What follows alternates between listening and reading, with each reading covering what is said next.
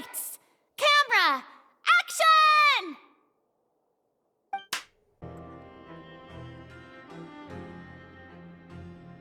Hey, you're finally awake!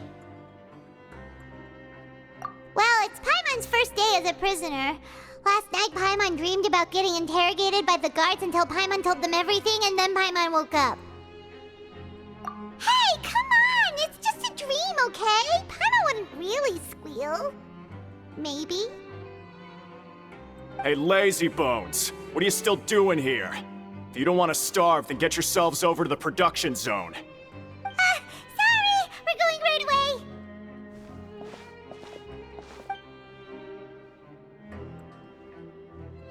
Ah, you must be the catch of the day. Looks like you've got some luck getting assigned this space. Yep, we just arrived yesterday and... Don't interrupt me when I'm speaking! Yes, sir. Listen carefully to my instructions. I don't want any mishaps. Every machine here is worth more than the both of you. Working around these machines can be very dangerous.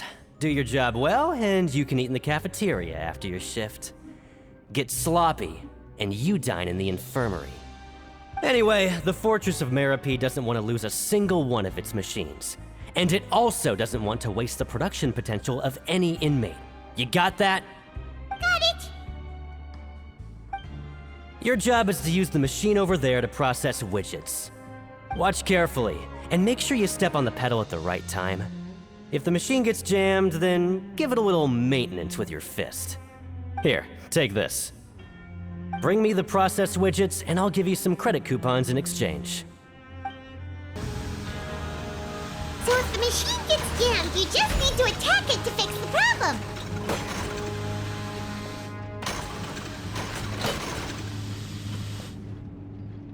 Once the widget is hot enough to glow, jump to step on the pedal and hit the widget with the hammer.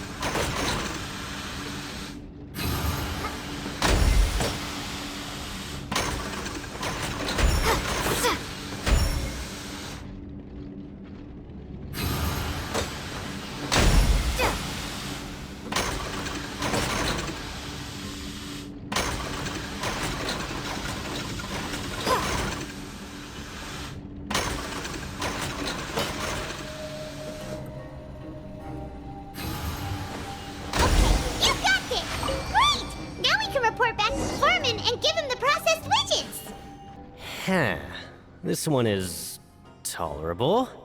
Though since the processing is done by machine, the product is all pretty much the same anyway. Alright, I'll pass you for now. And we'll count up how many credit coupons you've earned. Paimon's exhausted. We're done now, right? Oh, that foreman. He's so scary that Paimon couldn't even speak. Ugh. Even though Paimon's starving and wants to head straight to the coupon cafeteria, we still need to meet Lenny first, right? He probably just finished up his work, too. He should be around here somewhere. Lenny? Mr. Magician? Where are you? Oh, this had better not be some disappearing act. He doesn't seem to be around here. Let's try looking somewhere else. Where could he be? Did he decide to slack off and sleep the day away?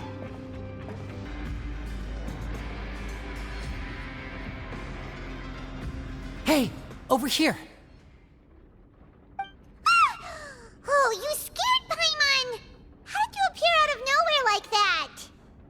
Oh, you scare so easily now? Is there something worrying you these days? You little... The only thing we're worried about was trying to find you. Sorry. Come over here and keep it down.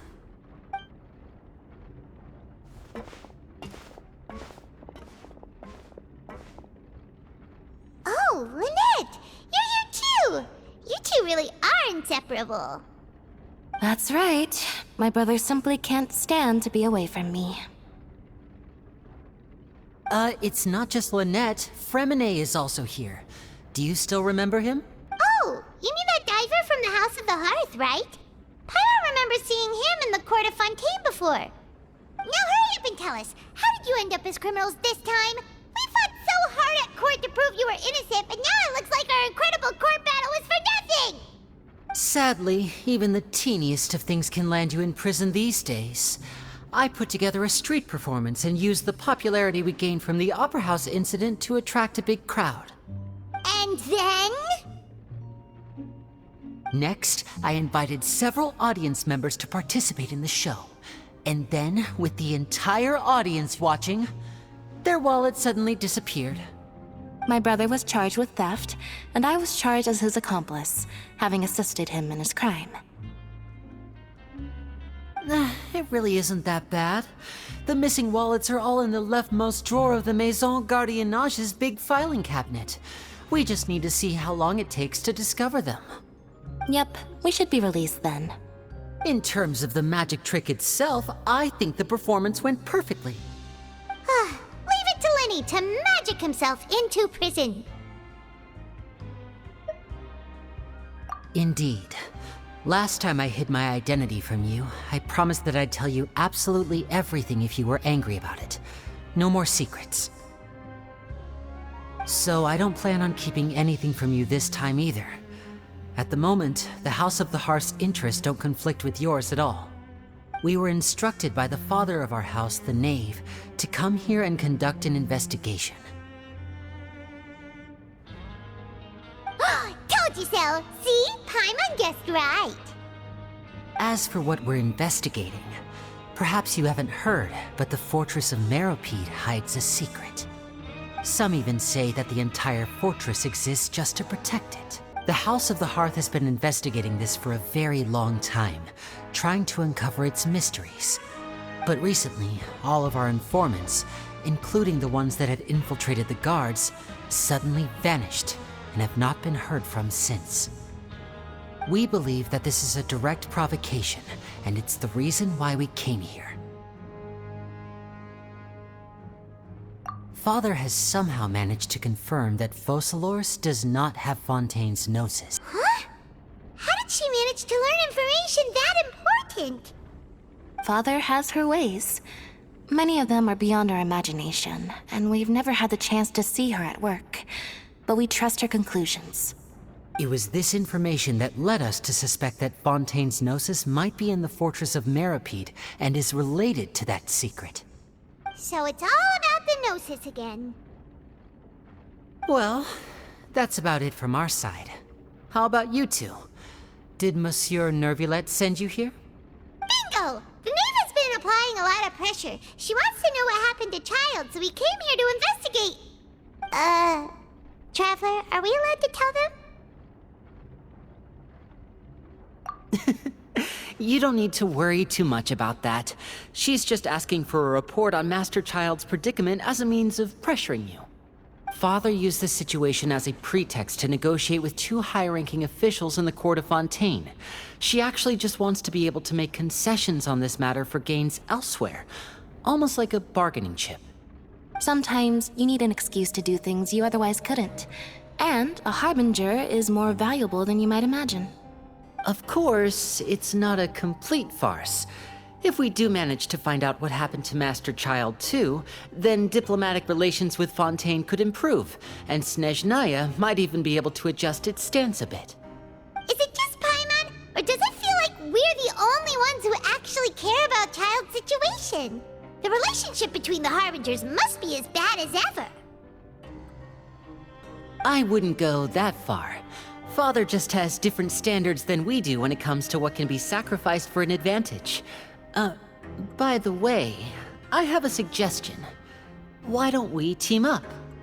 Even though we have different objectives, we're both here to investigate the fortress of Meropide. It would be more efficient for us to work together. As you know, the House of the Hearth has many reasons to seek the Gnosis, but our highest priority remains resolving the prophesized crisis. You can trust us on that.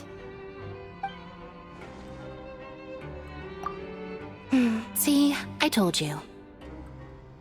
Is that so? Sure enough, it won't be easy to convince them to cooperate with us. Lenny seems to be thinking pretty hard about something. Of course he is. Lenny has been looking forward to a chance to reach an understanding with you ever since last we met. Or, I should say, we were really looking forward to teaming up with you this time. Lynette, just tell them everything, why don't you? It's okay to open up a little.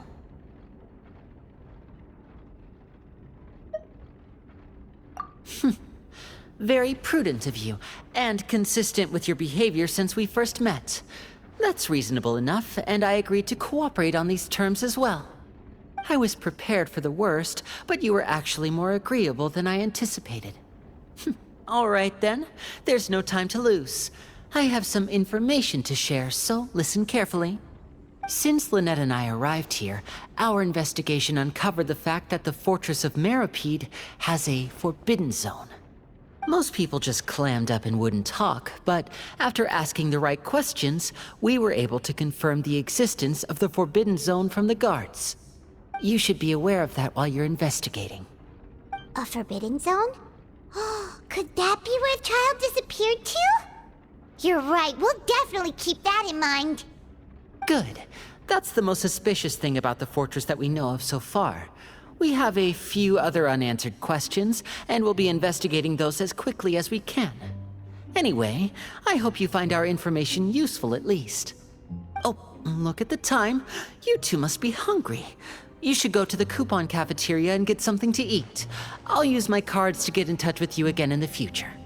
Oh, that's just what Paimon wanted to hear! Paimon's starving after all that work today. We can talk more about the investigation later. Let's go get some grub! Oh, he wasn't kidding. Today's meal is nowhere near as good as last time. Oh, who knows how long it'll be until we're lucky enough to get that super tasty meal again? Forget about it then. We'll just deal with the regular food for the time being. Let's just get out of here as soon as possible. But life here doesn't seem all that bad. Other than the foreman being kinda mean and the work being pretty tiring. You think so, mate? If I had a coupon for every fish who said that. Seems you fishies still haven't learned your lessons from your life up on the surface. If you take things at face value, then by the time you reach a dead end, you won't even know how you ended up on that road in the first place. I like your attitude. I can, let you in on a little something. Everyone's been telling you to just follow the rules and not cause any trouble for yourself. Am I right? But what they don't tell you is that the rules aren't exactly what they pretend to be. The rules for being a prisoner. The truth is, this place has a lot of hidden rules. Huh? Hidden rules? What do you mean? Not everyone knows about those rules, but whether you know them or not, once you break one, you might encounter something even worse than death. Really? Oh, now you're really scaring poor Paimon. Don't joke around like that! Of course. And I'd say that just disappearing would be one of the better outcomes. Oh, you mean that if there really are hidden rules, then Child's disappearance might have something to do with that? In that case, would you tell us some hidden rules? We definitely want to avoid breaking them. Come on, mate. This is valuable information. The difference between life and death. Do you really think you can just ask and I would tell you? Paimon understands, but we don't have many credit coupons yet. Yeah, I know. Not like I'm going anywhere. Just come talk to me after you've saved enough. Moreover, you're new fish, freshly caught, and completely out of your element. What'd be the point in even telling you anything before you've gotten a handle on your new lives? Come and find me once you've been here longer. I'm usually around the rag and bone shop. Just call me V-Doc. Bye-bye now.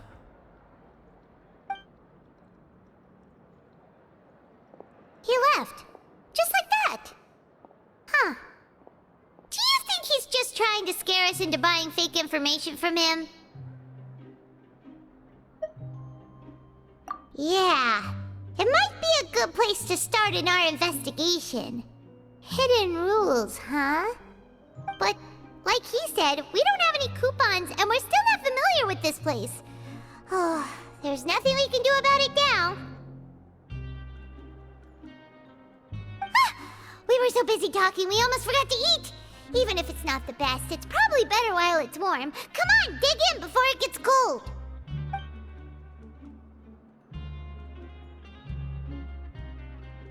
So Paimon just confirmed with the guards that our shift is set for every morning, and we're free to do whatever we want all afternoon. But it seems like most of the other inmates choose to continue working through the afternoon to earn more credit coupons. Oh, and they also said that you can use coupons to skip work in the morning and free up your time. They weren't kidding. Credit coupons really can be used to do anything here. Paimon's so tired. And we'll need to wake up and go to work in the morning. Without any credit coupons, it's not like we can really do anything else. Nighty-night, Traveler. Paimon hopes we can keep making progress on our investigation tomorrow.